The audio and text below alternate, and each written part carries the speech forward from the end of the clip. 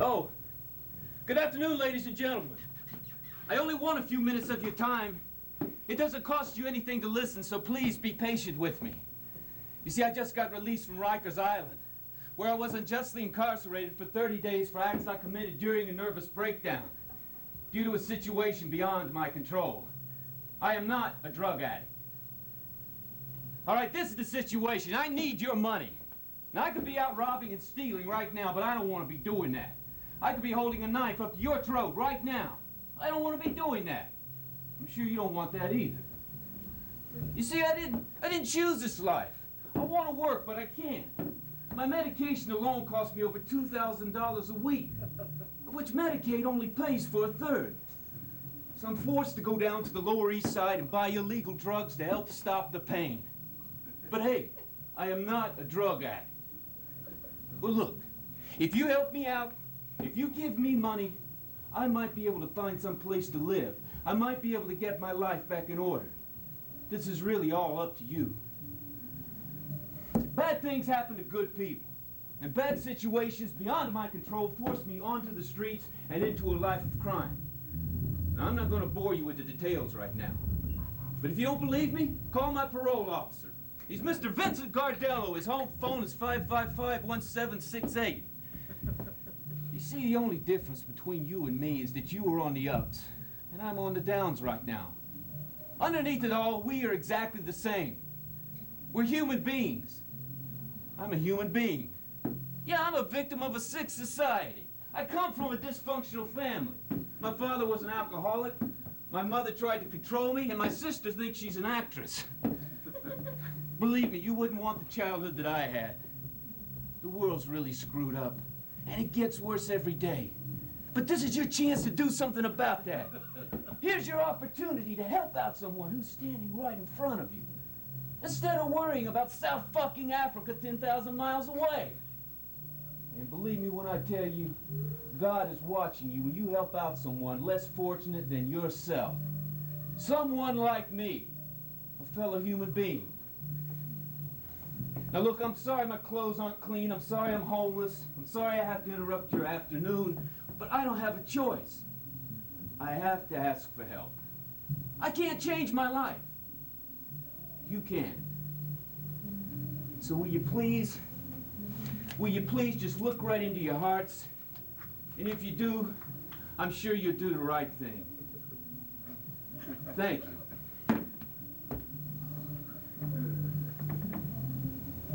I'll wait.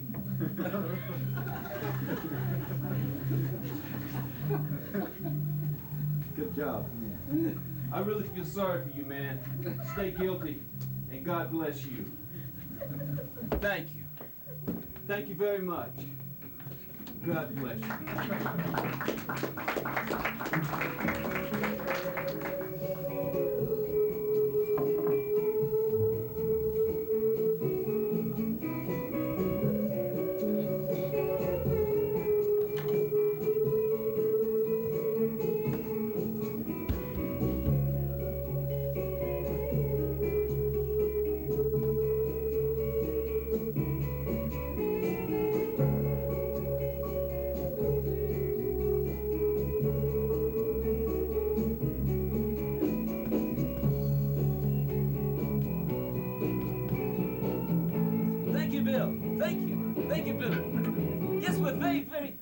Excited, Bill. We're very excited about the success of the new album.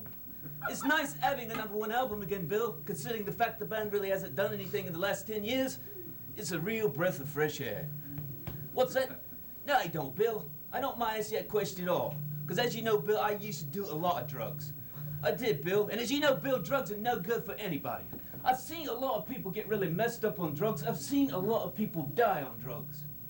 Well, Bill, I was saying to Trevor just the other day, I said, Trevor, how is it we managed to survive? I mean, after Jimmy died, Janice died, and John died, why did we die? We should have died all the stuff we used to do. What's that, Bill? Yes, I was, Bill. I was a bona fide drug addict. I was. I used drugs every day for 5 years. What was it like? All right, Bill, I'll tell you. I used to get up every morning before I even brushed my teeth, I'd smoke a joint.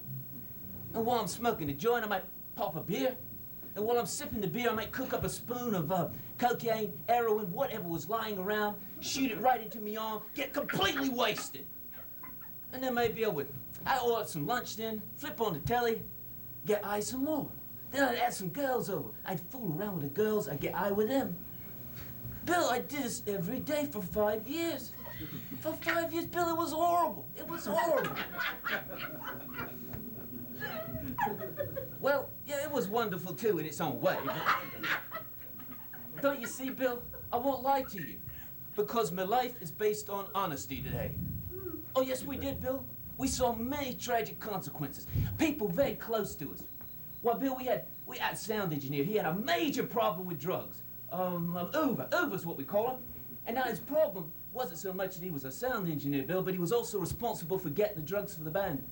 Yeah, because you see, Bill, we used to get incredibly high whenever we cut an album. It's like the time, we're cutting the Wild Horses album. And Uber shows, what's that, Bill? The Wild Horses, it's a great album. It's a real rock classic. Thank you. Anyway, we're cutting the Wild Horses album, right? And Uber shows up with this coffee can full of white flake Peruvian cocaine. Oh, it's very pure, it's very amazing stuff. Don't know if you've ever done Peruvian white flake or not, Bill, but it's quite an experience. Dave, I wouldn't mind having a little of that myself right now. What's that? No, I'm just joking, Bill, I'm just joking. Anyway, so we took this can of cocaine, right? And we dump it on the table right in the middle of a studio. Now we're cutting these lines, they must be 2 feet long. That's right, Bill. And you sure seen Uber. Uber would do 3 or 4 lines in each nostril. I don't know how he had room in his skull for the stuff. He was such a beast. And then we started to play. And old Bill, as you know, in those days, not only did we do cocaine, we did everything. It was heaven, right? Oh, Trevor was smoking Afghani ash around the clock. Nigel was in his crystal meth period, so he had that. And then Ronnie would show up with a huge bottle of NyQuil. We were blind. Bill, we were incredibly wasted. And then we started to play. And I got to tell you, Bill, we never played better in our lives. Bill, it was like we all had ESP. I mean, I'm looking down at my fingers and I'm thinking to myself, this is not me playing this guitar. This is not me playing this guitar, this is God playing this guitar. Bill, it was awe-inspiring.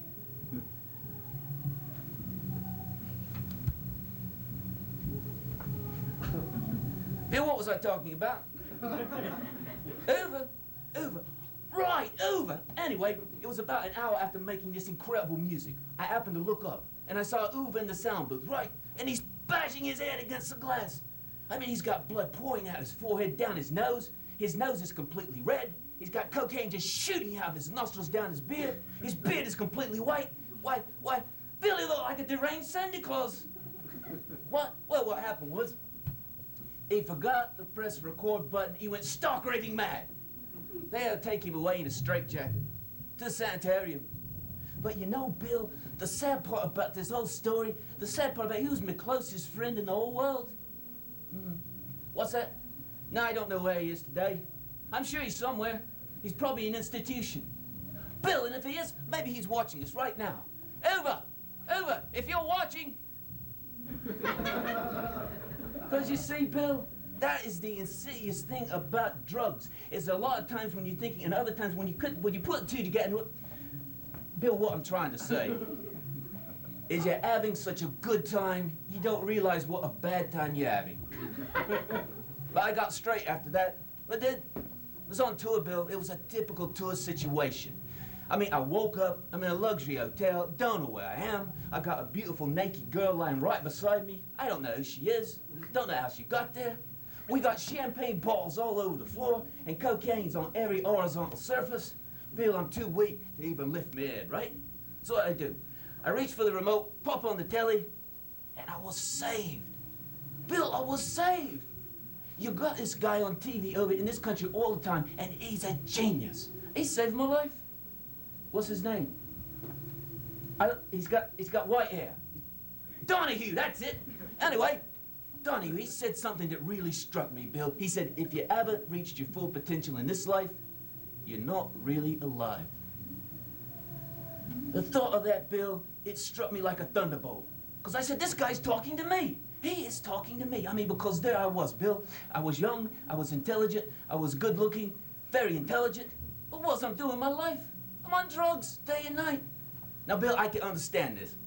If you're talking about some Negro guy or some Puerto Rican guy in a ghetto, that I can understand. But in my case, it was such a tragedy, Bill. It was such a waste. Such a waste of human potential. Let's face it, Bill, you can have your caviar for breakfast, lunch, and dinner. You can have your Concorde flights around the world. You can have your house in L.A., your house in London, home in the Bahamas, apartment in New York, people treating you like God, wads of cash, and women, Bill. Women willing to do whatever you want them to do, wherever you want them to do it. But if all this means nothing, Bill, what is the point? You know what I mean, Bill. Bill? Well, maybe not. Anyway, like I said, I got straight after that. I did, Bill. I went cold turkey. I had my blood changed, and now I feel like I've been reborn. That's right. I like myself today. I can honestly say I'm not such a bad guy. In fact, I'm an amazingly wonderful human being. And Bill, I have finally come to terms with my own brilliance. It's no longer a burden. That's right. Oh, and the rest of the band.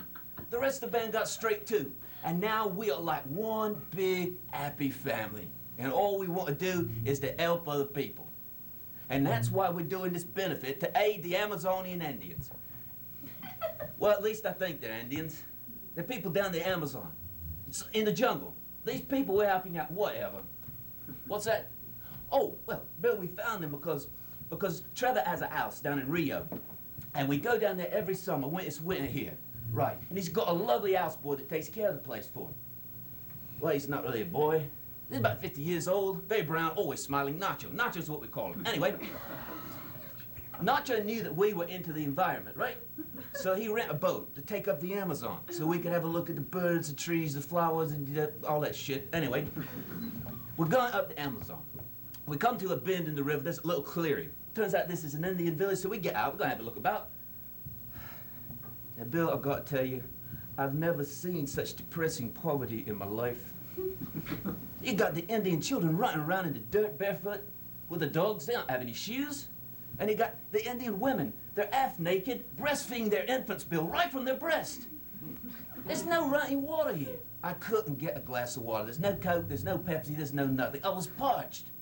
And then, Bill, the chief of the old village comes out to greet us. And the man owns no clothing whatsoever. He's completely naked, everything showing, his willy hanging out, everything. The only thing he's got on, Bill, is a little carved block of wood on his head with a feather sticking out. That's it. And Bill, he couldn't even speak English. Oh, it would Bill. Bill, I got to tell you, it was heartbreaking. So I turned to Trevor and I said, hey, Trevor, mate, now we got to do something about this. We have got to help these people out. It's up to us, because we are the world, so to speak. So we decided to do the benefit. That's right, Bill. Oh, but let me say right off, that a lot of these benefits are nothing more than just ego trips. That's right. You know, people raising up a lot of money, just throwing it at these poor buggers. These poor buggers, they never seen money before. They don't know what money is. So I tell you, Bill, when we were down there, we found out that we got a lot of things that they really liked. Well, things like digital wristwatches, some Walkmans, cigarette lighters, and, oh, Bill, they love cigarettes. So what we're going to do, we're going to take all this money we raised from the benefit, and we're going to ship it down, buy a lot of this stuff, and ship it down to the people. And we're going to improve their lives in a substantial way. Oh, thank you, Bill. It's nothing, really, it's nothing. Oh, and we hope all of you viewers will tune in when we're on MTV. It's sponsored by Kronenbrau Beer, Remington Cigarettes. Sorry, Bill, I had to say it. Cigarette people have been wonderful. They've already donated a truckload of cigarettes. Oh, and if everyone, too, will buy the album, remembering that for every $1 you donate, fully 20% goes directly to aid the Amazonian Indians. Bill, if I may, in closing here, I'd like to say just one word about drugs. Well, the reason being, I know there are a lot of young people looking in who buy all of our albums, memorize the songs, practically live their lives by our lyrics, so I realize that everything I have to say is very, very important. Now, as you know, I've done a lot of drugs. I've had a lot of adventures on drugs. Some of my music has been inspired by drugs. And I think it's safe to say I've had some of the best times of my life on drugs. But that doesn't mean you have to do them. There was a short while back, we were invited to the White House, the band that is, to do a benefit concert for the then Vice President Quayle and his lovely wife, Marilyn. And he said, what's that? Marilyn, she's art. Yeah, she's very art, Bill. I'll tell you a little story about her off the air. Anyway, no matter what you thought about the Vice President, his politics, his policies, the man in person is a very warm, generous, intelligent, caring man. And he shared something with us that I would like to share with you right now. He said, to remember that the next time someone offers you drugs, you can always just turn them in. Thank you, Bill. Good night. Cheers, all.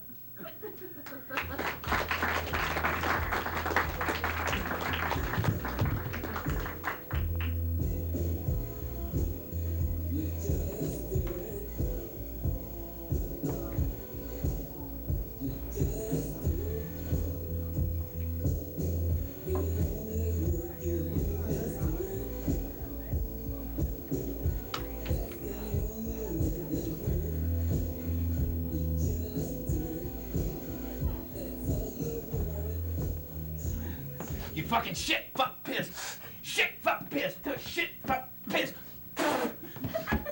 What's that? It's shit, that's what it is. There's shit on the ground, there's shit in the air, and it's a bunch of shit if you ask me. You know what I'm talking about. Yeah, you know what I'm talking about. We are living in a human sewer. That's what I'm talking about. We are living in a human toilet. You can't even walk down the street without stepping in something. Some garbage, some dog mess. There are lumps and smears everywhere you go. And there's cat piss, right there.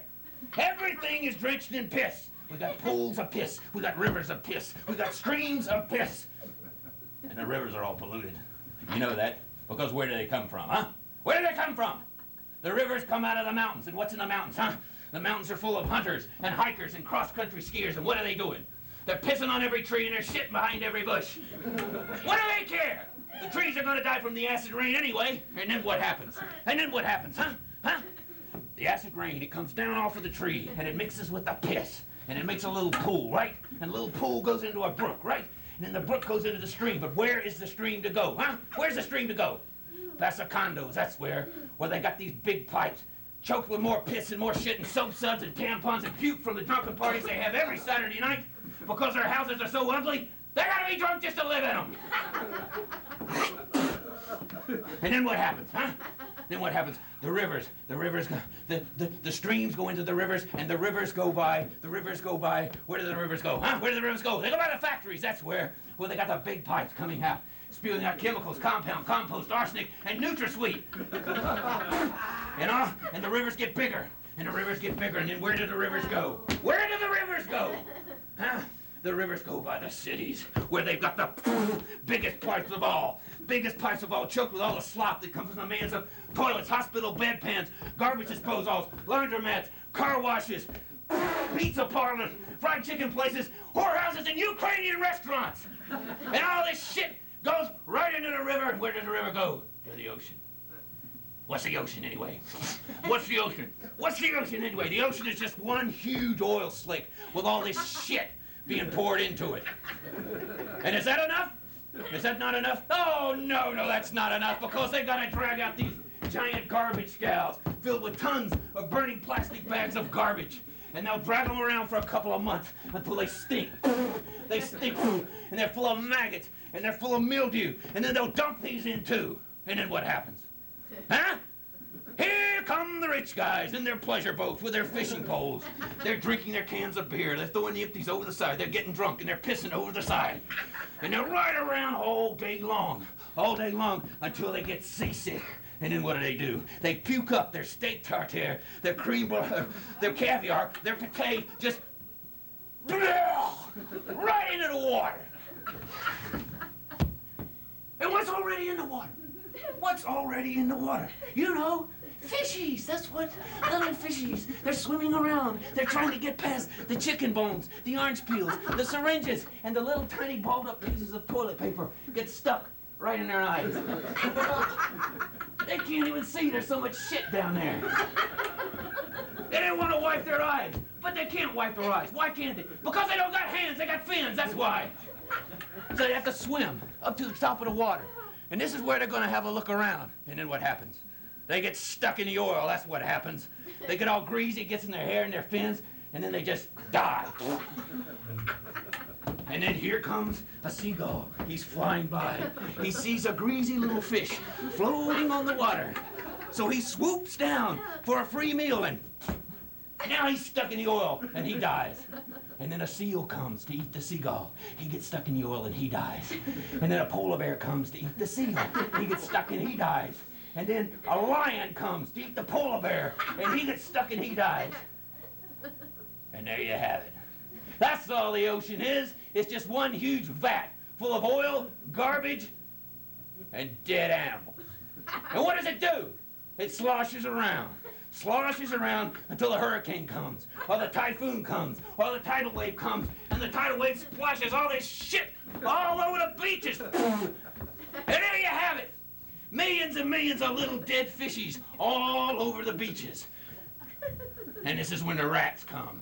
That's right, the rats come. The rats come and they eat the fishies. And then the cats come and they eat the rats. And then the dogs come and they eat the cats. And then the dogs. What do the dogs do? What do the dogs do? You know what they do. What do?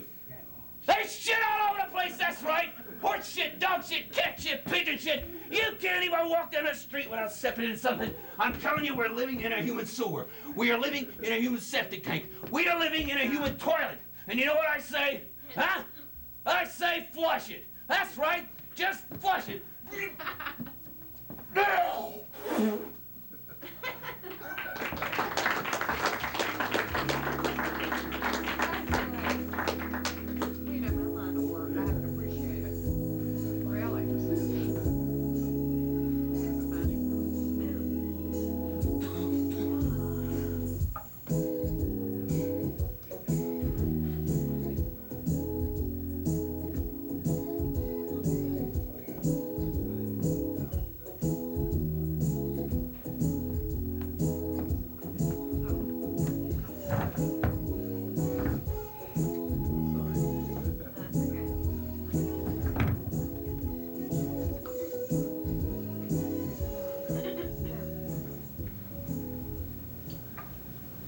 Sometimes when I'm out having a drink with the fellas, one will make an idle comment like, "How does that guy do it? He always gets the girls." Well, now I remain silent when I hear such remarks. I like to keep a low profile with regard to my extracurricular activities. I don't need to advertise, because I know what I've got. And the ladies, well, hell, they know even better than I do. I'm not so good looking. I was athletic when I was in high school. I'm no Mr. Universe. I'm average height, average weight. I never really excelled in anything. And as far as my job goes, well, they can all screw themselves. I don't give a shit. It's because I've got what every guy and every woman wants. And all the brains, looks, and money in the world cannot buy it. I'm endowed. Yeah, I got a long, thick, well-shaped cock, the kind women die for. Hey, you're laughing there, so what? Fuck you. Facts are facts. I mean, I can walk down the... Facts are facts. You know, I guess it's a lot like being back in high school. You know, studying that Greek guy. What was his name? Plato? Plato said that everything in life has a perfect example after which it is modeled. That's my sex life. Platonic perfection. Yeah. All right, I know what you guys are probably thinking now. You're probably thinking, looking up here and saying, boy, this guy's really screwed up. He's obsessed. He's got no love in his life. Well, hey, don't you tell me about love. Because I got love. And I say the choicest for a daily visit. That's all love is. Same for you. Same as anybody else. But the point I'm making here is, I got love and I got all the rest too. I mean, if I see a girl walking down the street and I like the way she looks, bingo, she's mine. Of course, some of them will get scared after a while, and they'll go back to their husbands and their boyfriends. That's okay, I understand. It's a lot to handle. And some of them get addicted, and I have to get rid of them too. But I'll tell you, most of the time, they're pretty cool about it. They'll drop whatever they're doing, and come to me when I give them a call. I mean, I have even had girls stop screwing their boyfriends when I give them a ring. Yeah, they realize that this quality and quantity is in limited supply. Yeah. I tell you, I can walk into any bar on Wall Street around 6 o'clock. Now, this is when they all come in. The guys with their health club bodies, expensive Italian suits, trying to compensate. Oh, and the ladies, smart, pretty, and fresh. I especially like the ones with the big bow ties and Adidas sneakers. I can pick out the prettiest one in the room. We'll start to talk about this or that. I'll offer to buy her a drink, and then I'll save myself the money by saying, look, why don't we get the hell out of here? 2 hours later, I'm in some strange bedroom, blowing smoke rings at the ceiling. They love to tell me about their boyfriends. They love to tell me about their husbands. How nice they are, so gentle, so caring, so dependable, so boring. And they love to tell me what a wonderful cock I've got. So big, so hard, so unlike anything they've got at home. And they love to beg for more. Have you ever had a woman beg to tear your clothes off? You ever seen a woman cry because she's so happy? Or even faint because she has had such an intense orgasm? Well, I have. Yeah. But I'll be honest, there are times I do start to feel guilty. I do. I start to feel sorry for the other people. I mean, it's like I am living in a color movie and everybody else is living in black and white.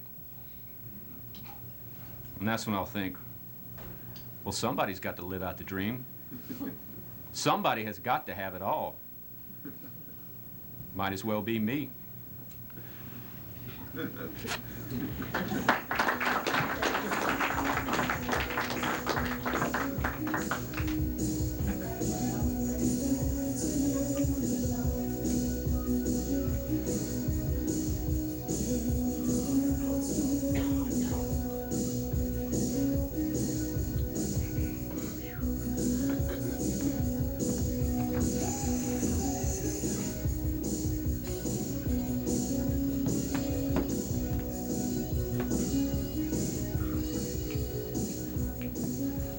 Hey, Terry!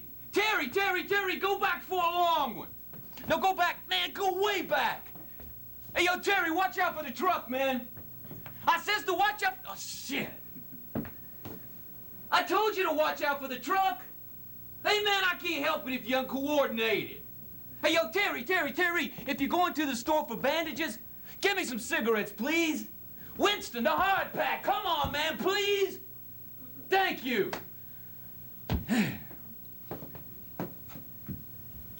Joey, my man! Oh, Joey, the pot was great last night, man. You gotta get us some more. Huh? Yeah, we smoked it all up, man. Half a pound only goes so far. Oh, but it was a great party, man. You should have been there.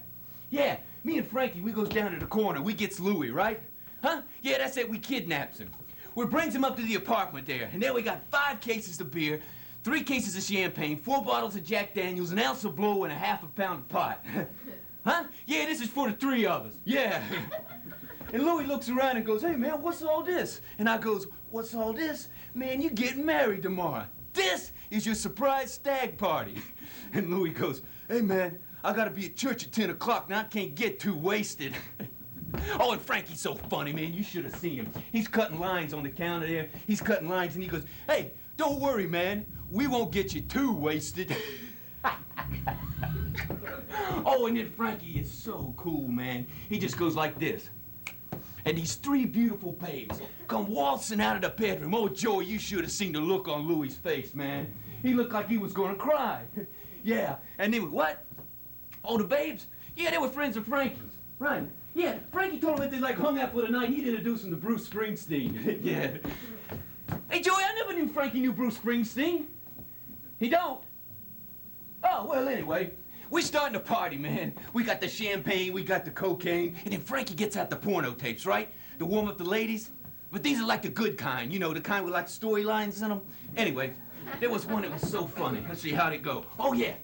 This babe, this chick, she's at home, right? She's ironing clothes, okay? There's a knock at the front door, and she goes, who is it? And this guy goes, it's the milkman here, and I have something for you. Okay, Joey, this guy comes in. I don't think this guy's a real milkman, right?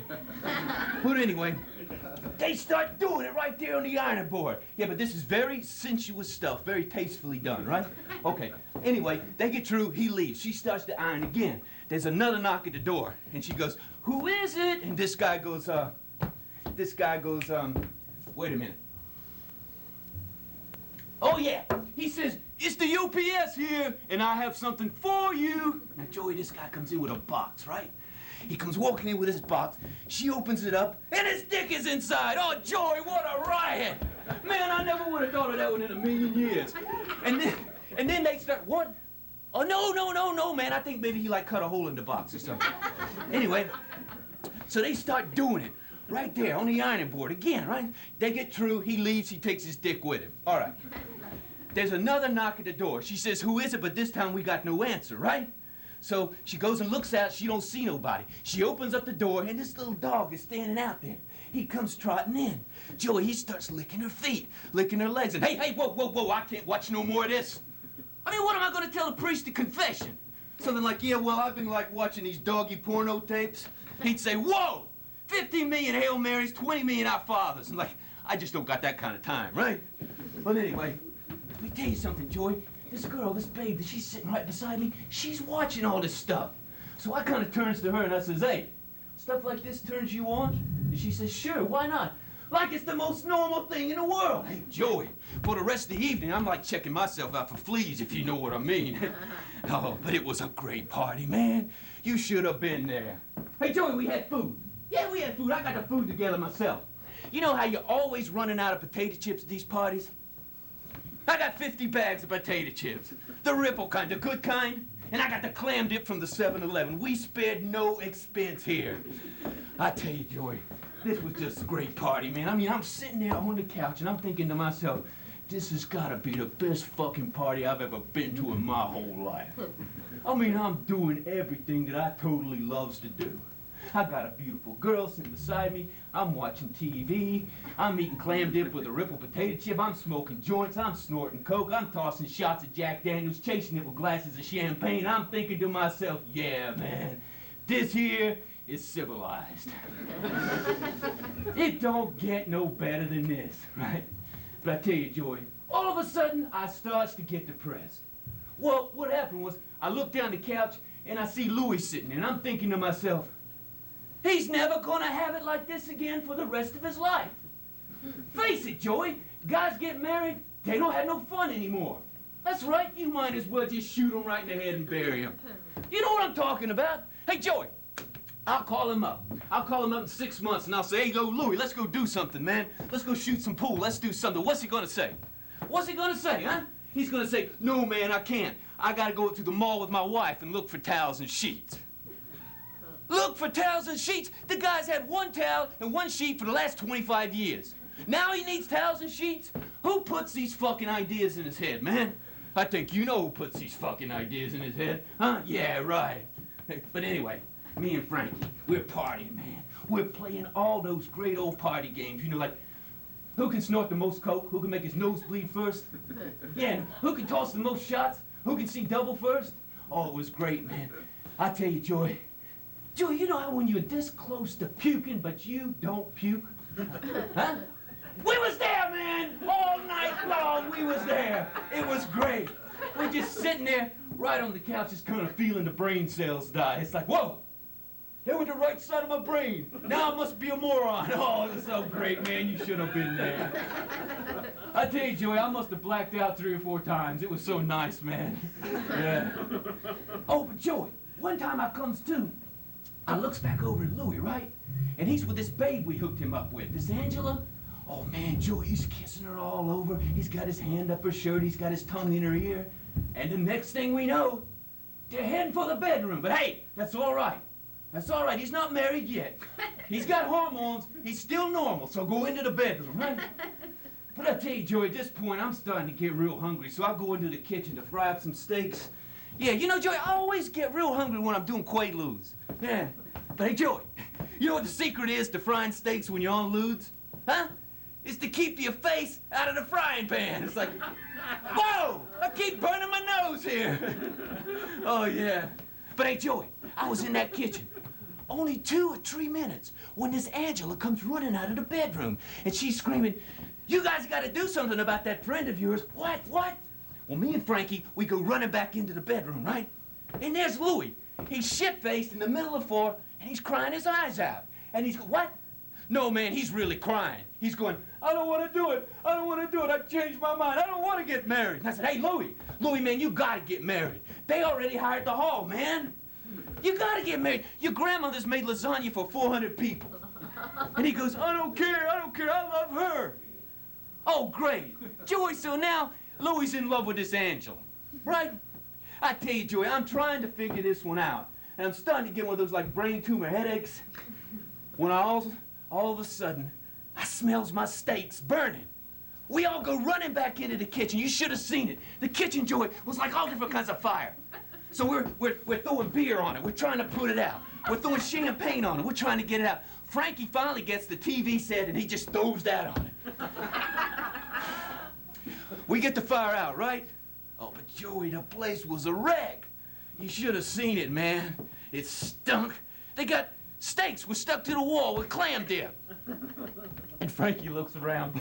Frankie's so funny. He looks around and goes, "Fuck the fucking party, man. This fucking party's fucked." Where does he come up with those lines, man? Somebody ought to put this guy on TV. So I says to him, "Hey, wait a minute. Listen, I got me an idea here. Look, this apartment, it might be finished, but our party's not. So let's go somewhere. Let's have us a nice sit-down dinner. We'll have our party there." All right, Joey, I'm going to make a long story short here, all right? We decided to go down to that new McDonald's, right? Yeah. Well, we get there, and we walks through the door, and what's the first thing we see? We see 4 Hell's Angels sitting there having something to eat. Okay, that's fine. We're going to sit over here. Well, we sit down, and the girls are laughing and giggling. You know how silly girls act when they're drunk. Yeah. Oh, Louis, he's not eating. No, Louis in love with Angela now. He's never going to eat again for the rest of his life. And Frankie, he's not eating. Well, Joey, you know, every time Frankie gets too near a Hell's Angel, that scar right over his eye, it starts to throb. Yeah. But me, I'm eating. I'm in a McDonald's. I'm eating. I'm not going to miss this opportunity, right? Yeah. And at this point, one of the girls reaches right over, and she grabs my ketchup thing. What do you call that? The ketchup packet? Ketchup bag. That's it. She grabbed my ketchup bag, and she squeezes it. And all this ketchup just kind of shoots up in the air, and it comes down all over Frankie's shirt. And she starts laughing. Yeah, this has got to be the funniest thing she's ever seen in her life, right? And the Hell's Angels look up, and they start laughing. The manager of McDonald's, he walks out. He sees what's happened, he's laughing. The workers at McDonald's, they're laughing. You got the people in the parking lot looking through the glass, laughing. Whole world's laughing at Frankie. Oh, this is great. We might as well just build us an atom bomb here while we're at it, right? So I go over to Frankie and I says, "Hey, Frankie, man, come on. Let's get out of here and get some fresh air." And he goes, "In a minute." I said, "Hey, Frankie, there are 4 of them sitting over there. There are 3 of us here. Let's get out of here right now." And he says, "In a minute." Joey, he stands up. He walks over to this biggest Hell's Angel. I mean, this guy's not even human. He's like a half a side of a mountain sitting there. He's got a shaved head, a tattoo of Jesus or Satan or some fuck on his forehead, a big beard, a ring in his nose, and he's just sitting there going, "Yeah. Yeah. Well, Frankie leaned down to this guy and goes, "Hey, yo, Chief, did you lose this?" And he's got one of those ketchup things right in his hand, right? And splat! He hit the guy right in the face with it. Before the guy could even shake his head, Frankie's like, bang, bang, bang. He's totally kicking his ass. Now, fortunately, I thought ahead on this one. I grabbed up one of those Ronald fucking McDonald trash cans. You know the kind they got in there? And I kind of like toss it into the teeth of the guy sitting next to him. I'm crunching his head in with it. When here comes Louis. And he, what? Yeah, I know he's good for nothing, but he falls on one of the guys, right? And anyway, here comes the manager of McDonald's. He comes rushing out with a fire extinguisher. He sticks it right in my ear, like I started all this. And, hey, Joey, what a rush, though, right? Yeah. And then Frankie jumped over the counter. He comes running out of the kitchen with one of these hot boiling pots of French fry grease, and he just kind of throws it all over these 4 guys. And me, Frankie, and Louis go running out of there, and we get in my car. Oh, man. He's in my car. Frankie's trying to start the car, but the car won't start because I got to get that new starter, right? And I'm sitting there, man, and I'm praying. And Louie is hanging out the back door screaming, Angela, Angela. I said, Louie, get in the car and lock the door and do it now, man. And it's at this point, that inhuman, half-mountain, Hell's Angel type guy, he stood up. Joey stood up like nothing ever happened to him. And he started walking towards my car. He walked right through the plate glass window of McDonald's, just boom! We are just about ready to take off. When this guy reaches out, he grabbed Louie by the leg. Louie grabbed me around the neck. Frankie hit the gas, and we're pulling this human whale all across the parking lot. What? Yeah, Frankie's trying, man. He's trying to scrape him off on the curb, on the bushes, on all these little trash cans outside of McDonald's, right? Nothing's working. Nothing's working. So I turn to Louie and I say, Louie, you gotta do something, man. Hit this guy, kick the guy. Louie, do something. Joey, I don't know if Louie done this on purpose or not, but he just kind of turned right around and he puked right in the guy's face. Oh, it was great, man. You should have been there. It was, what? Yeah, he let go. Yeah, he let go, yeah. Right. And Louie kind of passed out in the back seat. We slammed the door and we took off out of there like a bat out of hell. Oh, it was so nice. It was nice. Joey, you should have been there. But you know something? You know, Joey, when I think back on that right now, you know what was really nice? No, man, what was really like the icing on the gravy here? We're about 5 miles down the road, right? We got all this action behind us. Yeah, we're not going too fast. You know, maybe 70 or 75. And I kind of turns to Frankie and I says, Frankie, tell me something, man. What'd you pull that shit for back there? Don't you know you could have got us all killed? And do you know what he said? You know what he said, Joey? He don't even look at me, man. He just looks straight ahead. He's driving a car. And he goes, sometimes you gotta spit in the devil's eye just to make sure you're alive. Whoa! Think about that one, man.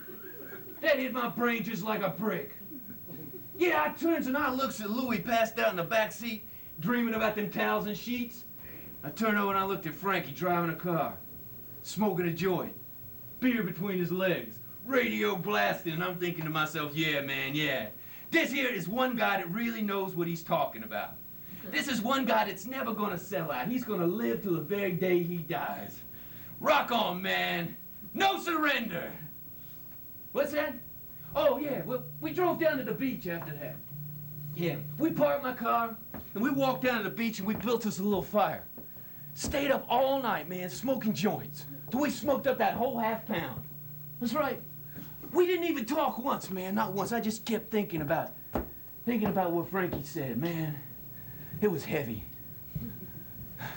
And I'm looking out at the water, too, man, watching the sun come up. You know, Joey, there's a lot of water out there. And all that water is just a lot of little drops. And that's all I am, man. I'm just a little drop of water right here in this great big wide world, right? That's all I am, man. So, I might as well party. I might as well party, man. What's that? Oh, yeah, Louie, almost forgot. Louie, he wakes up. He gets out of my car. He comes staggering down to the beach, right? And he's going, I gotta be in church at 10 o'clock. I told you I gotta be in church at 10 o'clock. He's got puke all over him, and he wants to go to church. We throws him in the back seat, slam the door, head for church. And we don't get but about a half mile down the road till we kind of runs out of gas. What? Yeah, we got him there. We was a little late. We didn't make it to 12:30. Yeah, they gotta postpone the wedding till next Saturday. Big deal, yeah. Everybody's okay. Yeah, Louie's okay. Except, of course, his grandmother got one of those little heart attacks, yeah. But everybody's fine. Hey, listen, Joey, next Friday night, we're gonna have us another surprise stag party for Louie. Yeah. Hey, man, don't tell nobody. And listen, man, if you wanna come, this time, we're not having no girls. Because, man, they cause too much trouble.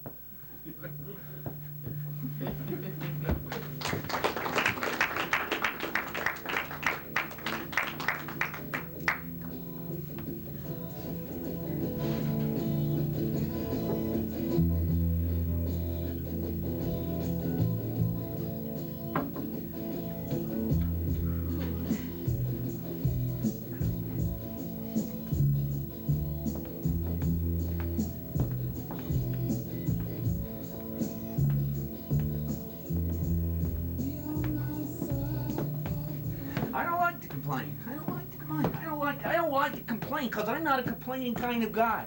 I'm a happy kind of guy. It runs in my family, happiness. I've never been sick in my life, not one day. Unless, of course, you count broken bones, which I don't. I like to stay positive. I like to stay on the sunny side of the street. Yeah, you give me a cup of coffee, you give me an egg salad sandwich, a pack of cigarettes, a newspaper, and a place to sit, and I'm happy. I'm happy. Because I don't need the cigarettes. I should quit. It's a dirty habit. It's expensive, and it's unhealthy. But you see, people always have cigarettes, and they'll give them to you. But food, that's another subject altogether, because people aren't exactly walking around with an egg salad sandwich in their pocket. Unless, of course, they're crazy. And you got to figure that an egg salad sandwich is going to run you 70 or 80 bottles. I'm finding about 50 bottles a day right now. And that's a shortfall of 20 bottles. Bottles or cans, it don't make much difference. It don't make much difference at all. Oh, you see, back in the old days, I used to weigh a lot more than I do right now. I was on a diet all the time. I was always trying to lose weight. But I don't got that problem anymore, because I'm on the egg salad sandwich diet right now. I have one egg salad sandwich every 2 days, and the fat just flies off. And it stays off, too. I'm going to get a patent. I'm going to get a copyright. And I'm going to put an ad in the newspaper, and I'll make a little money. I will. Because newspapers you can always find. People leave them lying around, and I read about them. Because it's important to stay informed. I want to know what's going on in the world. It's like I read about that train in Japan. And it goes 300 miles an hour. It gets you there in no time. And there they got hotels for mice and hotels for cockroaches. I stay away from hotels. It's too expensive. That's $10 a night. Who's got that kind of money? That's 200 bottles or cans, and that's not in my budget. But it's not a problem either. It's not a problem because, you see, you can always find someplace. You see, what you do is you wedge yourself in someplace. But you see, the real problem here is the concrete and the stone. They make everything out of rocks and cement. It's too hard. Whatever happened to the wood? It used to be everything was made out of wood. All the buildings were made out of wood. It's all the benches were made out of wood. But they don't got the wood no more. You know why? Because they make the wood out of the trees. And the trees, they don't got them no more. I saw a tree once. I did. It was a beautiful tree. They dug a hole in the sidewalk and they put it there, and I come by every day and I say hello to the tree. Until there was one day when the guy's backing up with the truck, see? And he's making the beep sound, the beep beep, the beep beep, until it backed right over the tree. And that was it for the tree, see? That was it for the tree because the tree can't hear, see? And it's just in the nature of the tree that if you run them over, they're going to die. They're not like humans. They can't take that abuse. But that's not a problem either. Because see, what you do is you replace the tree with a metal pole. Truck backs up, hits the pole, and that's it. That's it. But you lose the leaves, and you lose the twigs, and you lose the wood. And I like wood because wood is good. Wood is good. Dogs like wood. They do. I know that because I had a dog once. I had a little dog. I walk him every day. I'd say, come on, because who takes care of you? Who takes care of you? I take care of you. But who's going to take care of me in my old age? Who's going to take care of me? That's what I used to ask him. He ran away. But that's all right, because they got to eat too. I mean, even the little ones, sooner or later, everybody's got to eat. Yeah, I guess it's like human nature. And I like to eat. I do. I have me a nice egg salad sandwich, a cup of coffee, cream and sugar. But I don't drink much coffee anymore. It's too expensive. 60 cents a cup? Who's got that kind of money? Where do they get that price? That's the question I want to ask. You see, it should be 10 cents a cup. But they got you. You see, they got you because they got all the beans. They got a cartel. They got this OPEC. Yeah, they do. But you see what people drink the coffee because they got to stay awake, but I don't got that problem. Because I'm awake. I'm awake. I mean, even when I'm asleep, I'm awake. And it's important. It's real important that you keep your eyes open when you're asleep, because you find some place to lie down, your eyes aren't open, that guy's going to come back with that baseball bat, and bang, bang, that's it for you. You're dead. That's it. That's it. That's it. No more coffee. No more cigarettes. That's it. That's it. Look, there are guys out there on the street that like to fight. I don't got that luxury. I'm on my second set of teeth. I can't hear out of this ear, and I'm missing the kneecap. I'm like that bionic man, but without the hardware. Yeah, I'm no Cassius Clay. No, I'm no Cassius Clay. But I stay on the sunny side of the street. I stay on the sunny side of the street. I know a guy, he said to me one time, he said that your life is like a half a glass of water. And you got half a glass of water, and you got half a glass of water, and you should drink the water. That's not what he said. He said that half a glass of water is better than no water at all. That's what he said. He said that half a glass of water is better than no water at all. Look, the way I see it, I could be living in Ethiopia, and that's where those poor people got it terrible. They got nothing to eat. They just sit in the dirt all day starving. It's too hot there. There's too many flies. It's too sunny. That's not for me. Because I like it right here. It's good here. It's good here. It's good. It's good. Thank God. I gotta go. Yeah, I gotta go to work. Because you know what they say? They'll say that the early bird will catch the can. That's right. Bottles or cans don't make much difference. Don't make much difference at all. Don't make much difference. Because you got 40 bottles and 40 cans, and you gotta have another 40 if you're gonna have an egg salad sandwich. But an egg salad sandwich is gonna run you 70 or 80 bottles, but I only have one every 2 days, so it's just the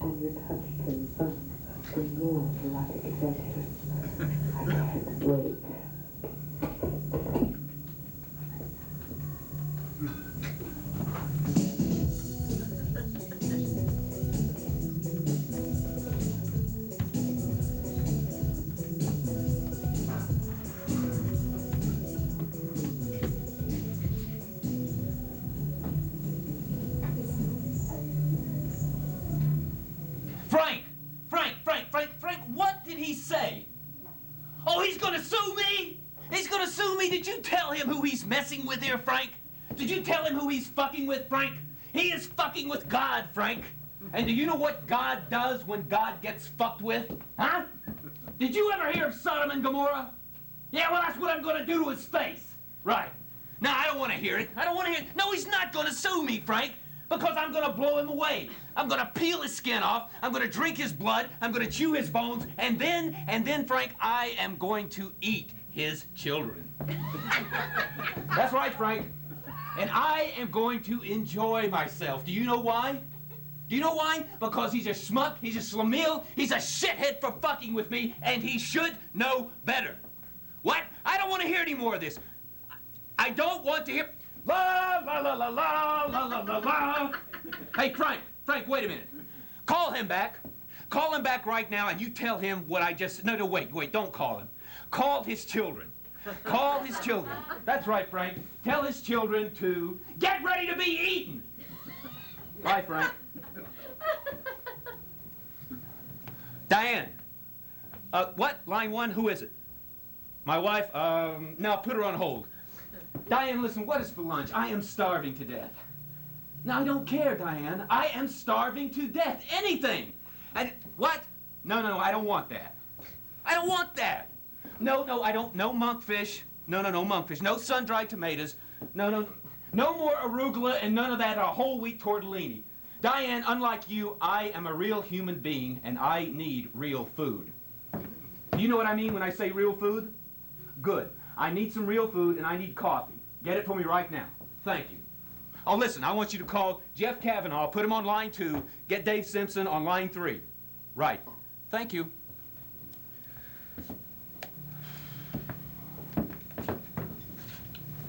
Hi, honey. She did what? She put you on hold. I tell her time and time again. I say, Diane, never ever put my wife on hold. She put you on what? I am sorry. Well, tell me, what have you been doing today? How much did it cost? No, honey. Spend the money. Spend it all. That's what it's there for. Right. Well, how's Jeremy? He did what? Sonia, why did he bite that kid? I told him to. I did not tell him to. Sonia, I did not tell him to bite anybody. Sonia, can I talk, please? Listen, what I said to him was this. I said, Jeremy, the next time a little boy does something bad to you, I want you to do twice as much back to him. That's what I told him. Well, I don't care. Honey, I don't care what his therapist says. Sonia, because his therapist is a codependent, dysfunctional fraud. That's why. Okay, honey, next time this is what I'll tell him. I'll say, Jeremy, I want you to bite your therapist. Yeah, I'll let him work on that one for a while. What else? How did she do that? No, Sonia, I mean, how did she get it in the microwave? So now we need a new microwave. Do you realize this has been 3 microwaves in the last 2 years? Sonia, let me say something here. Now, if you would hire people who came from countries that had electricity, we wouldn't have these problems. Well, honey, you've got to tell her this time. I'm so... She will not quit. Sonia, she will not quit. Because she spends her whole day in a luxury New York apartment. I am killing myself in this office so that she can spend her whole day in a luxury New York apartment. She spends more time in my apartment than I do. What? I am not shouting. This is not shouting. This is not shouting. Wait, is this shouting? No. This is not shouting. This is discussing. We are having a discussion here. Well, honey, it's obvious to me that you're too agitated at this moment to have a normal conversation. So let's talk about it when I get home tonight. A little late. 9 o'clock. Honey, I have a lot of work I have to do here. Sonia, wait. Let me say something. Do you think I really enjoy slaving and sweating all hours of the night and day in this office just so you and Jeremy can be safe and free? Uh-huh. What? It has not been 2 weeks. Honey, we just did it the other... All right. Sonia, wait, Sonia. Listen, honey, we'll have sex tomorrow night. I promise. I won't forget. I can't forget. Honey, I am writing that in my book right now. Right. Honey, listen. I've really been working very, very hard here. So what do you think about next month? Listen to this, honey. Next month, we'll go to St. Bart's for a whole week. We'll make love on the beach every day. And what? No, honey, no. Honey, you won't get sand in your crotch. Listen. I gotta get off. I must have 20 people on hold here. Right. What? No, Sonia, please don't do it. What? Don't cut your hair. No, don't even dye your hair. Nothing with your hair. Honey, don't start with the hair blackmail now. Honey, I want you to look exactly the same tonight as you did when I left this morning. Don't you see that's all I want? Uh-huh. Well, listen, honey, I've got to get off. Right. So, kiss Jeremy goodnight for me. And, say hello to your mother. Mm-hmm. Orange juice. I got it. I'll do that. Yeah, I love you too. And I'll see you tonight as soon as I get in, around 10:30. Bye-bye.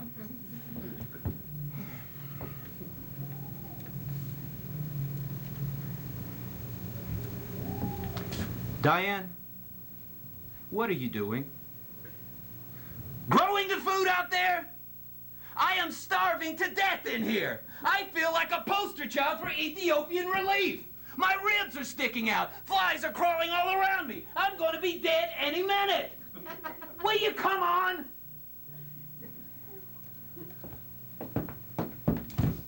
Jeff, how they hanging, buddy? Huh? No, not bad at all, man. What's that? Oh, no, man, I closed that deal yesterday. How much? Chump change, 20 grand, yeah. Hey, but get this, man. I cut a deal this morning for 75 grand. That's right, man. You know what they say. You got 100 grand here, 100 grand there.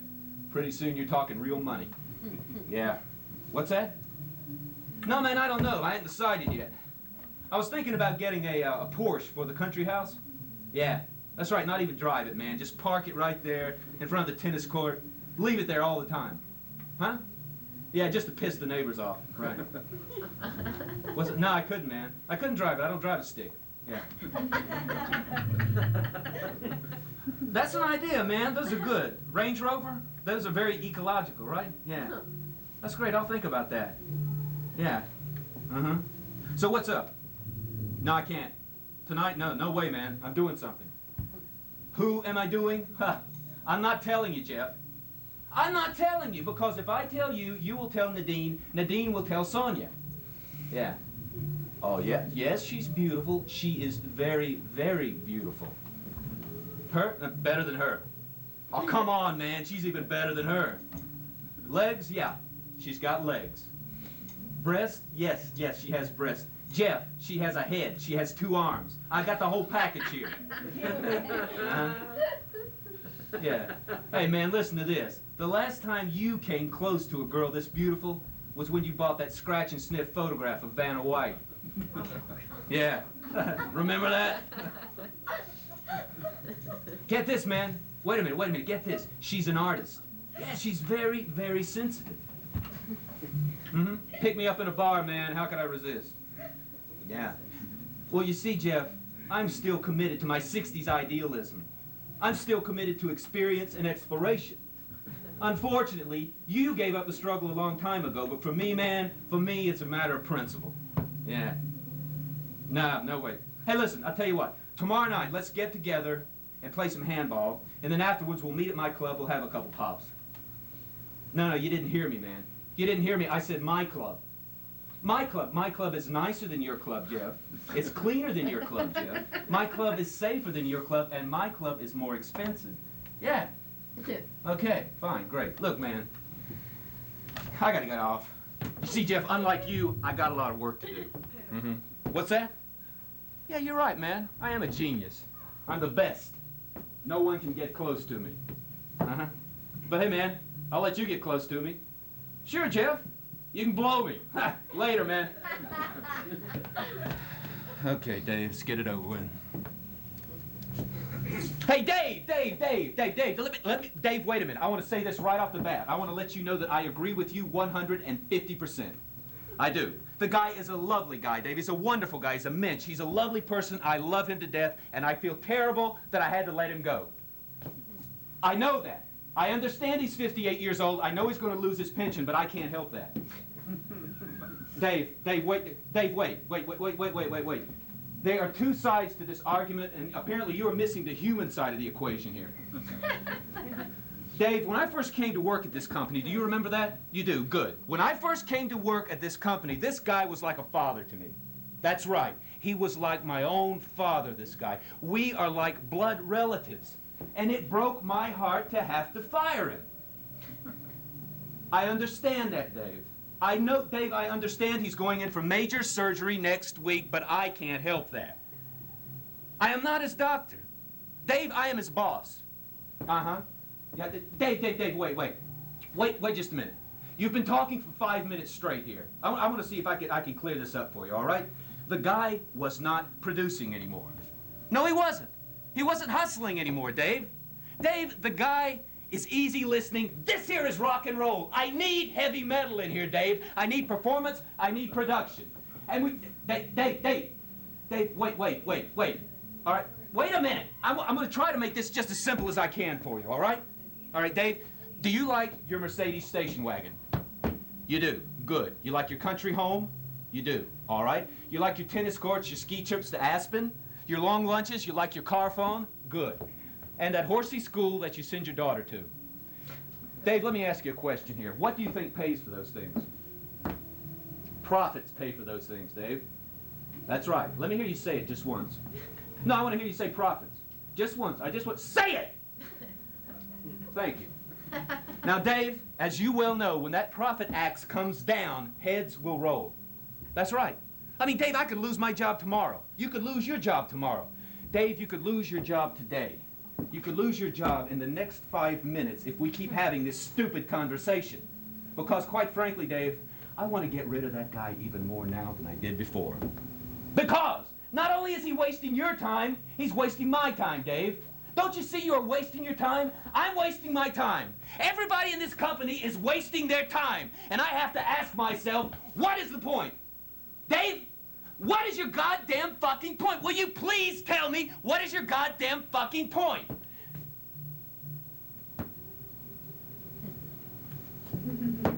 Dave, you're not sure. All right, well, let me ask you this, Dave. Are you happy working for this company? You are, good. Are you happy with your job? Right. Well, see, Dave, that is all I want. All I want is just for you to be happy. That's it. So, Dave, let's get back to work. No, man. No, not at all. No hard feelings. We've all been working really hard here lately. That's right. And, Dave, listen, I want you to call me up anytime you feel like it. What's that? Uh-huh. Okay. Fine. Look, man, I have to run. So, hey, Dave, wait. Say hello to Judy for me. What? Oh, it's Janet. Yeah. Well, say hello to Janet for me. Gotta run. Bye.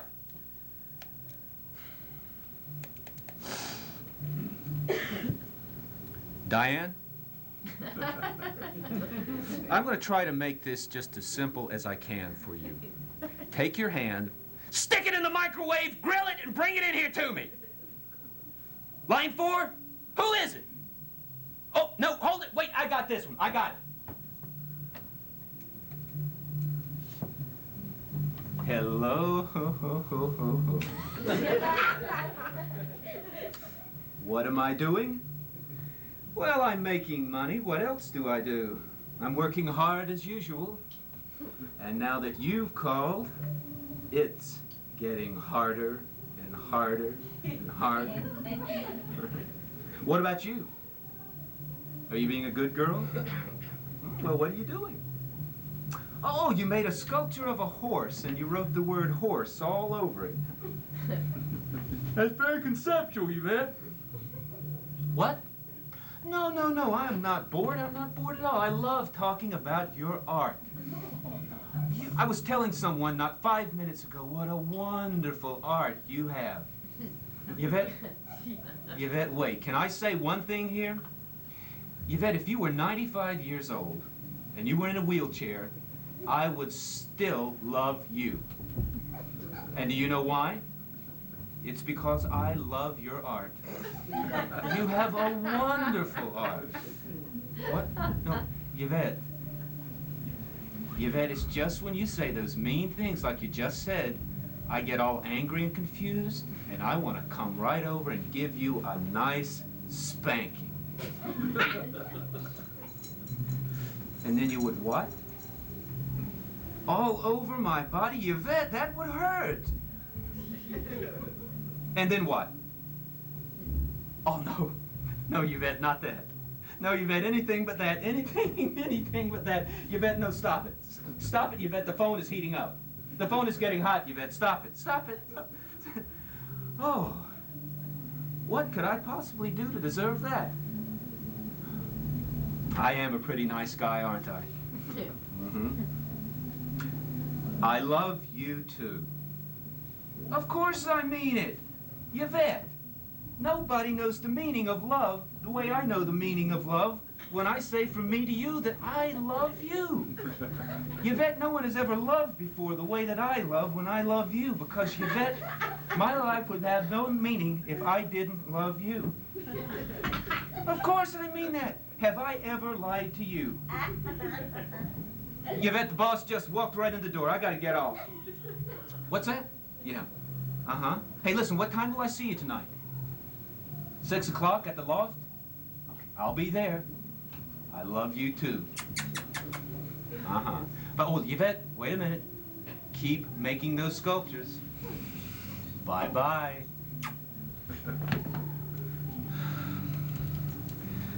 Diane, cut the coffee, cut the food, send in the Maylocks and the shoeshine boy, and I want you to hold all of my calls. Thank you.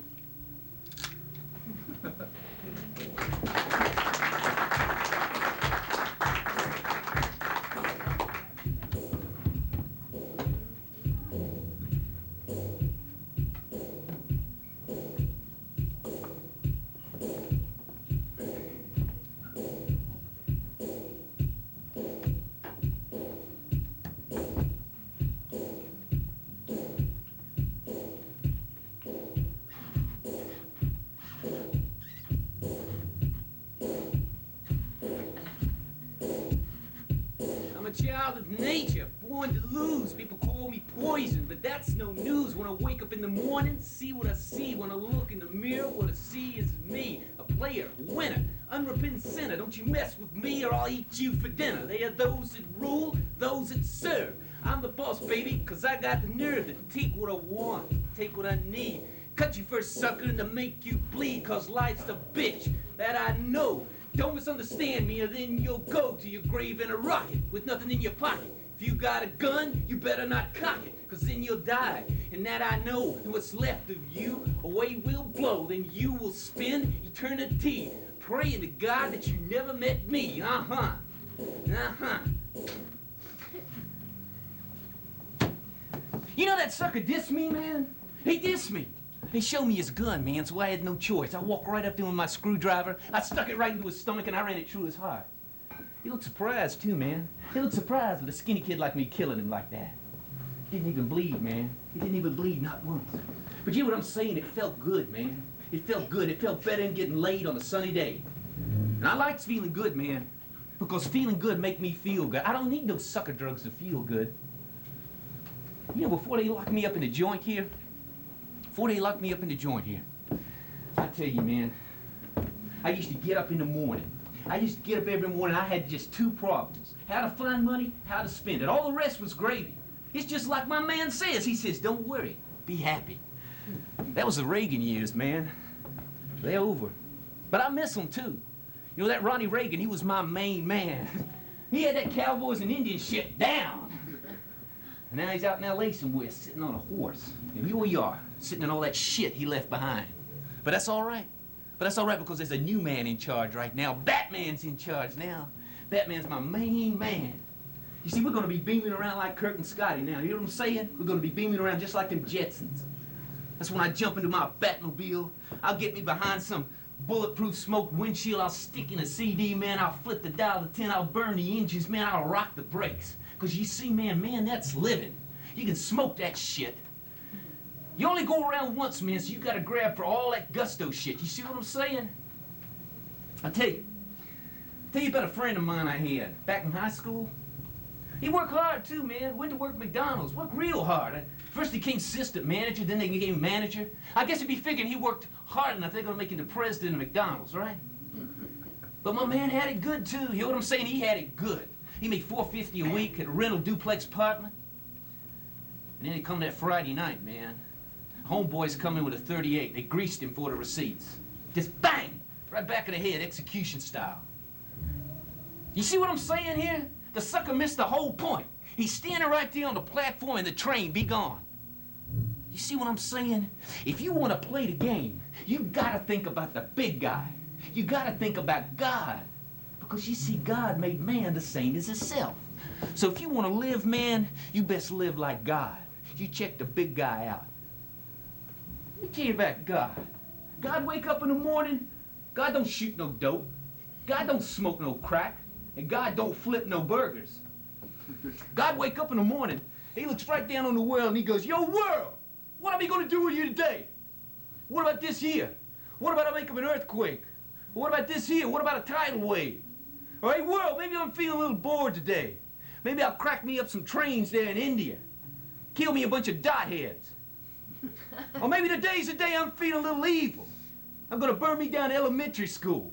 Fry me up a bunch of 9-year-olds, or maybe today's the day I'm feeling real evil. I'm gonna mix me up some new disease, and I'm gonna sprinkle it all over them homosexual faggots. I'm gonna fuck them up. I'm gonna make them miserable. I'm gonna make them cry and die a slow, evil death. Because you see what I'm saying, man? That's God. God likes to rock, man. God likes the action, and God likes to get high. But God don't shoot no dope. You hear what I'm saying, man? God lets the dopes shoot each other. I know just how you feel, man. Before they locked me up here in the joint, I used to get me a 10 gauge, and I'd hunt me up them sewer rats. Man, you hit one of them square and they just vaporize. It's like you got yourself a ray gun. Makes a nice sound too, just boom! You see what I'm saying? That must be what it's like to be God. You got lots of noise, you got lots of destruction, and you got lots of fun. But people don't understand God. You see what I'm saying? It's like last summer, I'm running down the street, my home neighborhood. This is a typical day for me. Running down the street, somebody's chasing me. They want to put a bullet in my head, right? So what do? I jumps inside a church right in the middle of the day. See, a church middle of the day. There'd be a teacher in there. A teacher and a bunch of little kids, and they're praying. Middle of the day. So I said, hey, yo, teacher, what you be doing this church for in the middle of the day? She says, boy, we's praying. I says, what are you praying for? She says, we're praying against nuclear disarmament. We're praying for peace. I says, yo, baby, who do you think make up this war shit in the first place? Who do you think make up in tanks and guns, this dynamite, nuclear weapons? Who, baby? Baby, these God's toys. You're praying in the wrong house. And I starts laughing so hard, man, I just falls right down on the floor. My gun falls out of my pants. It went off, shot a hole right through the cross, right on the altar. You see what I'm saying, man? You see what I'm saying? If you want to run with that big guy, you got to start thinking big, man. That's what I do. I think bigger, and I think bigger every day. That's right. Because I want to get closer to God. You see what I'm saying? I want to get closer to that power. I want to get more and more spiritual. Because when I get out of here next time, I'm getting me some new wheels, and this time I'm getting me an Uzi. You see what I'm saying? Peoples, you got to wake up and smell the coffee. Because what go around comes around. And if you can't dig that shit, you best get out of Gotham City.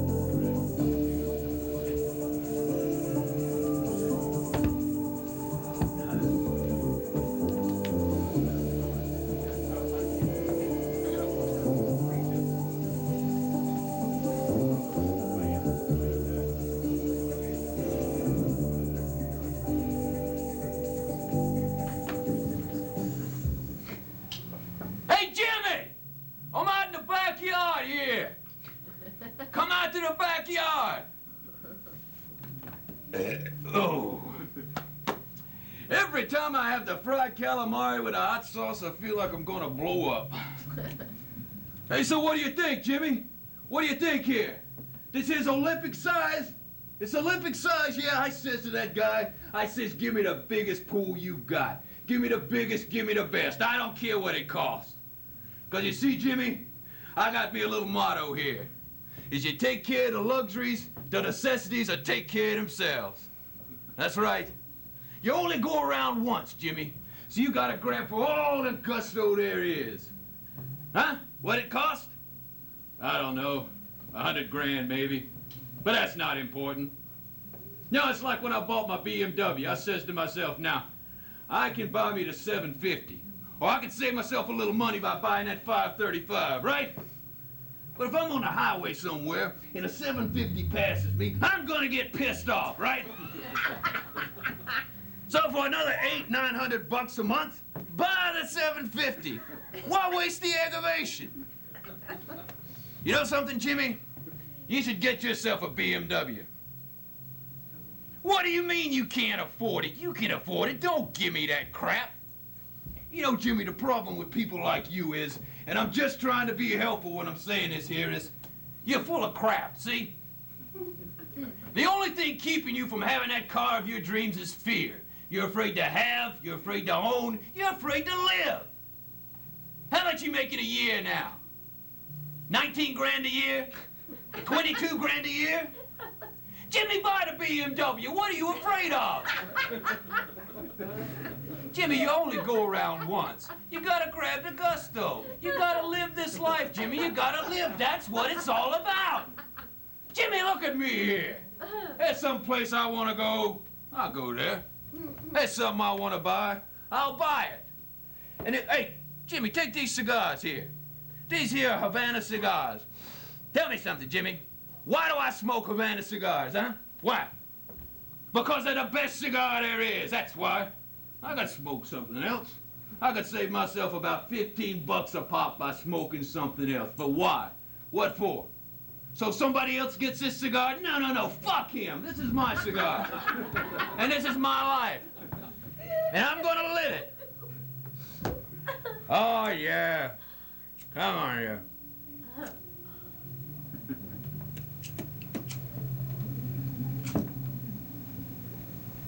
And hey, Jimmy, I exercise now. That's right. Now that we got us this pool here, I comes out here every morning and I just jumps right in. I swims one whole lap. I go back inside and I'll have me a nice healthy breakfast. I eat them oat bran muffins. What? Yeah, I know I can't stand them either, but I eat them. They're supposed to be good for you.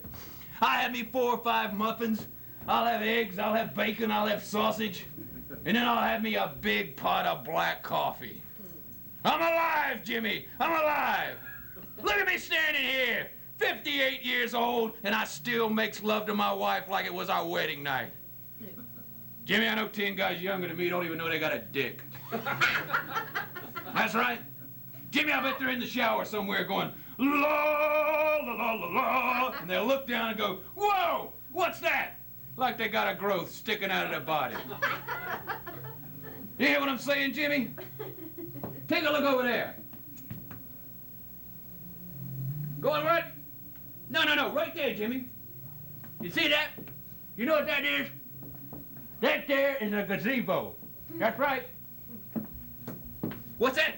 Yeah, the guy who sells me the pool here, he says, if you're gonna have a swimming pool, you gotta have a gazebo.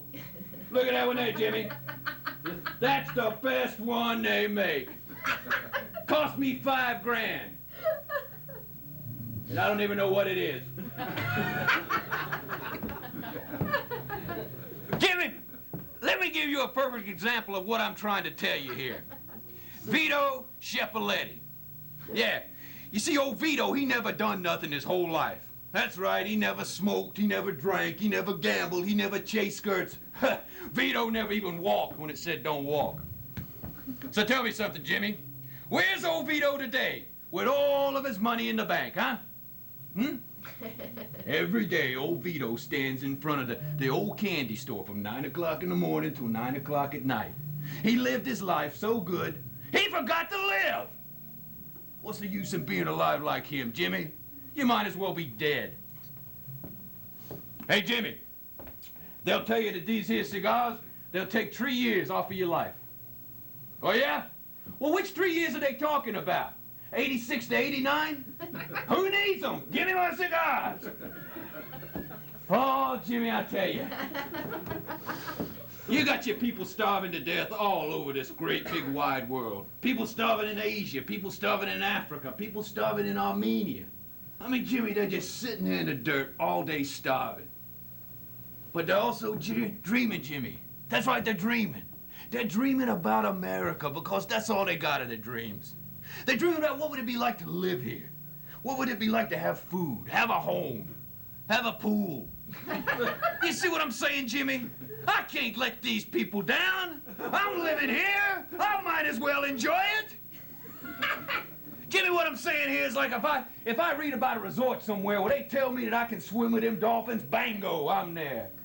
Or what if they open a new resort or a casino somewhere in Atlantic City, huh? I'm gonna be right there for the opening day. Or maybe they just build a new TV, Jimmy. A new TV that's 10 feet wide, 2 stories high. And I'm gonna buy it. And do you know why? Because this here is my life. And if I don't live it, nobody else is gonna. Jimmy, I'm gonna live until the very day I die, and then I'll rest. You know what you need right now, Jimmy? You need you a nice swim in my nice new Olympic-sized pool. Yeah. Let's see here. Ah, yeah. The water's not cold, Jimmy. Get on your suit. Snap out of it. The water's nice and warm. Jump in.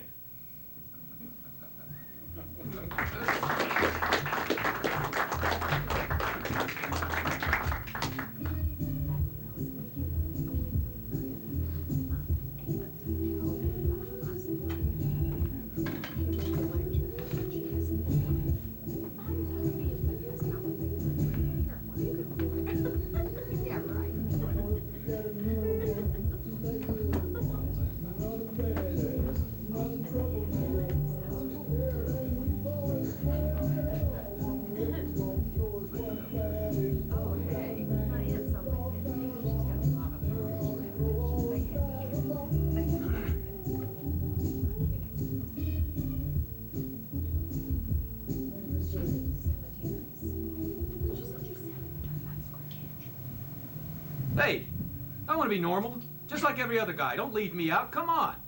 There's got to be more to life than worrying about the price of cigarettes, getting a job, or what's on TV. I know about normalcy, so don't tell me about normalcy. I want to drive a station wagon with a bunch of kids in the back seat singing Christmas carols. I want to go to the supermarket and compare prices. I want to lose weight while I sleep. I want to buy life insurance. I want to wear a robe. I want to wear pajamas. I want to sneak into the kitchen in the middle of the night and steal a drumstick out of the refrigerator. Or maybe just worry about my dog's nutrition.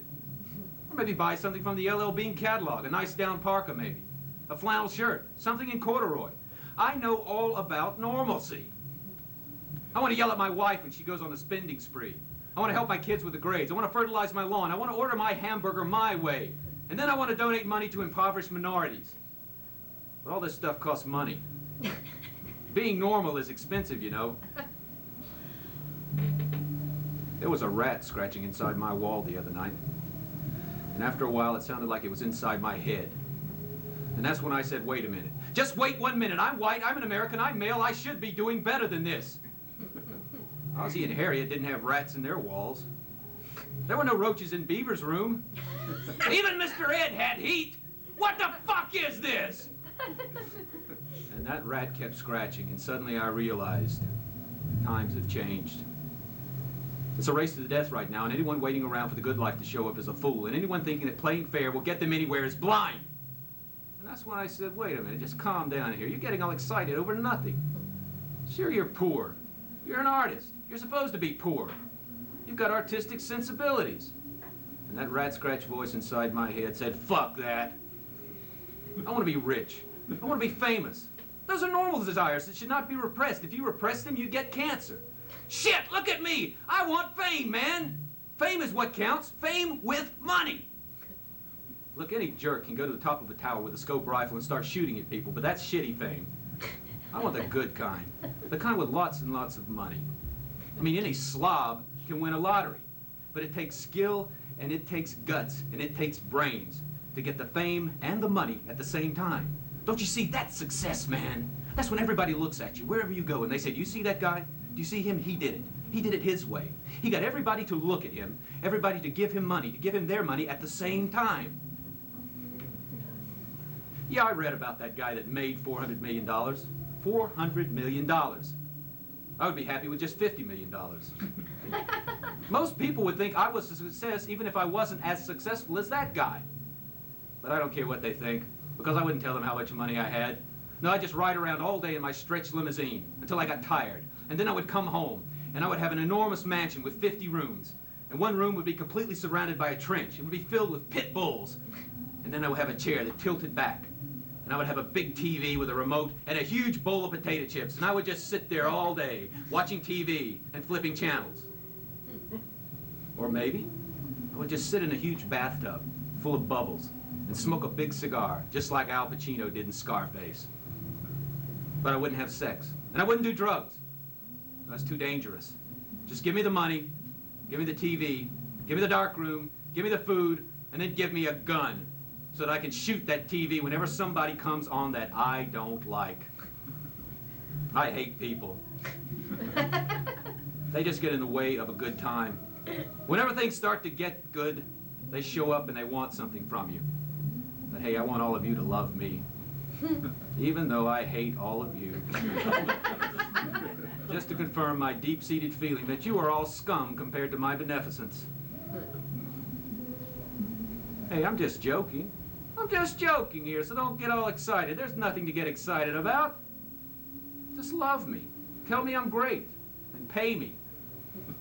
And then we'll be even for all the shit you've given me my whole fucking life. Oh, yeah, I know what you're probably thinking right now. You're thinking, boy, this guy's a real jerk. All he does is talk about himself.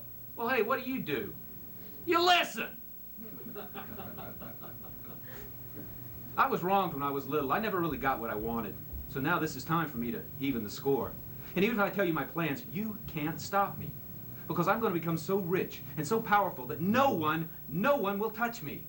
And when I do, and then, all those rich fucks, the ones that lorded over me, all those muscular blondes, big boob blondes that laughed at me when I asked them out for a date? And what about those muscular jocks that kicked sand in my face? And all those patronizing, parsimonious, paternalizing administrators at the school, at the police station, at the IRS, and at the unemployment office? You're all going to be sorry, because you have no idea what I've got in store for you.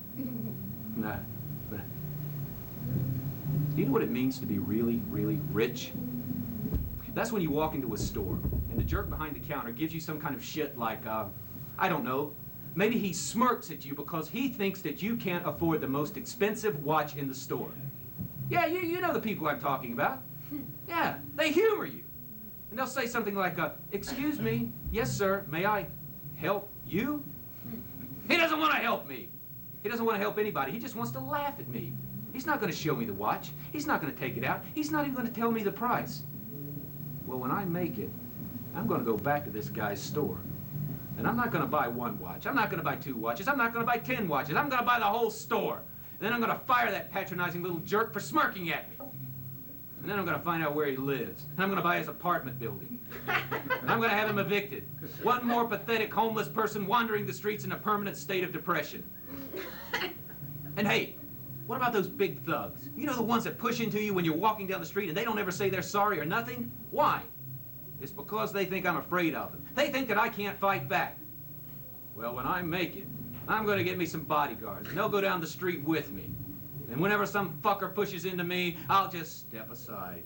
And there'll be my boy with a sock full of marbles, a straight razor, or a 38 special. And he'll never know what hit him. He'll just end up on the ground, bleeding. And he'll look up at me with glazed eyes, and I'll lean over him and I'll say, excuse me! Do you think I should be ashamed of myself? Well, I have no guilt, because I am not a man. I am a dog.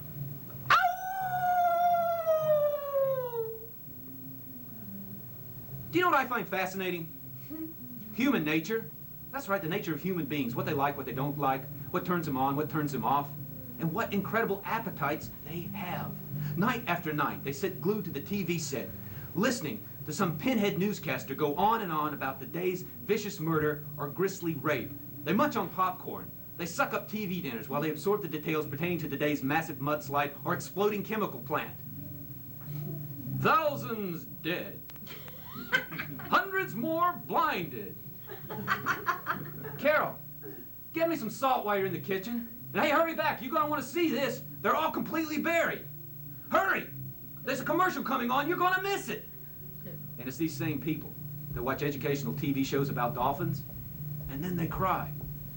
Or they'll stay up half the night watching some old Christmas movie with Jimmy Stewart standing on a bridge on Christmas Eve, and this makes them go berserk. Or maybe they'll drink 10 cups of coffee, jump into their sporty compact cars, race each other up and down the highway, singing along while some ardent rock star screams about depraved, emaciated, hopeless, dark-skinned people turning to dung half a world away. And all this makes them feel so guilty that they hurry home. They hurry home and they write out that check for $5 and they mail it to some post office box in New York City. And now they feel so good about themselves that they go to bed with each other. They lick and they kiss and they suck each other and they hold each other very, very tight because they really, really care.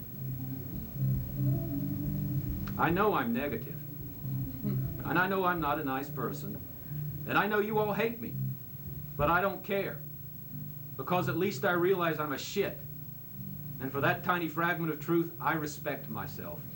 And that's why normalcy is so far out of my reach. I mean, you have to be blind to be normal. You have to like yourself. And the thought of that is so repellent to me that I am ecstatic to be in the depressing place that I am.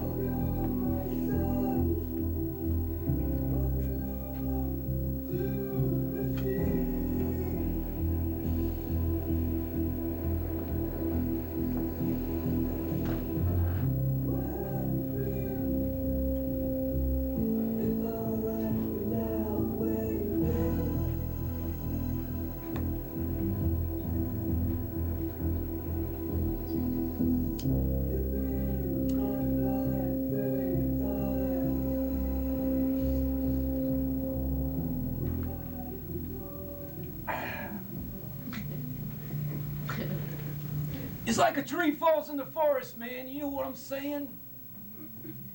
It's like if everybody knows everything, then nothing means anything. Everything's a cliche, man. That's why I stopped making art. You know what's wrong with the world, man?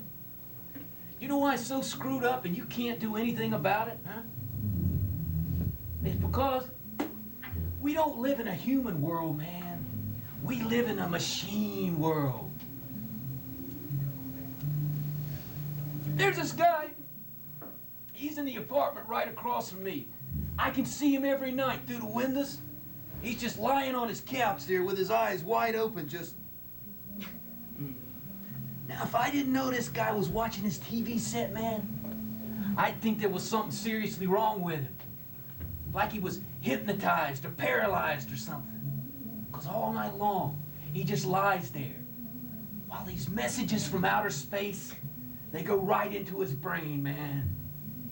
Telling him things like, work harder, harder, harder. Your dog has bad breath. Use deodorant.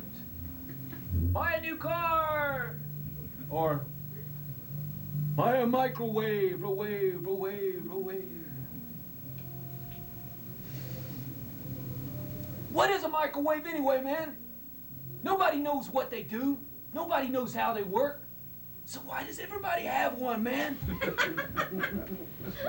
It's because their TV set told them to buy one, man. Telling you, The government is building this big computer. It's the biggest computer that's ever been built, man. Oh, it's a secret project. I read all about it. They're spending billions and billions of dollars on it. When they get finished with this computer, man, we're all gonna be dead. Because you see what they're gonna do, man? They're gonna hook this computer up to your TV set. And they're gonna reverse the picture. So the TV set can watch you while you're in your house, man. You're doing your thing, right? And the minute you do something that computer don't like, it's gonna send a message back to the TV set. TV set's gonna send a message to the microwave. Microwave oven's gonna pop open, and poof! You're ashes, man. You don't believe me? Okay, fine. Go to a store. Go to any store, man, and pick up something. Pick up something and you look on the side, man. You look on the label, you see these little computer lines. What does it mean? Nobody knows, man. It's not English, it's all computer. Man, it's like we're living in an occupied country, man, where the computers are talking to each other every day, man, on the fax machines, on the modems, on the satellite link-ups, 24 hours a day. And do you know what they're talking about? Huh? They're talking about you and me. They're talking about how they can use us more efficiently. That's right, man. Because you see, that's all computers care about is efficiency. That's right, man. They don't got feelings. I mean, even the worst human beings that ever lived had feelings, man. Remember Genghis Khan? He had feelings, man. Even Adolf Hitler had feelings. Of course, he'd get a little bummed out every once in a while. Computers never get bummed out, man. Never.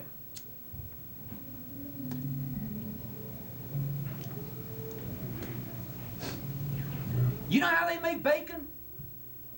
Serious, man. Do you know how they make bacon? They got these huge meat packing plants. They're out there in Idaho somewhere. And they're all run by robots and computers. And down at the end of this assembly line, they got this human to sit there. You see, he's got to catch the meat, man, because it comes down in different sizes and shapes. All right? And it's at this spot. They got these 24 razor-sharp blades that come down and just slice right through the meat. And that gives them a slab of bacon. Okay. Now, you say this dude comes into work one day. He's not really thinking about what he's doing. Maybe he sits down at his spot there, and let's say he had a fight with his old lady the night before, so his mind's not on his work. The 24 razor-sharp blades come down, and whoosh! Instead of a hand, man, he's got a half-pound of sliced smoked armor star. Bummer, right? But it happens every week, man, and nobody does anything about it. Do you know why? It's because machines run everything now, man. So who's to care? I mean, every day, man. Every day, the machines put more oil in the water, more pollution in the air, they chop down more jungles. But who's to care, man? Because machines, they don't breathe the water. They don't drink the air. We... Stoned, man.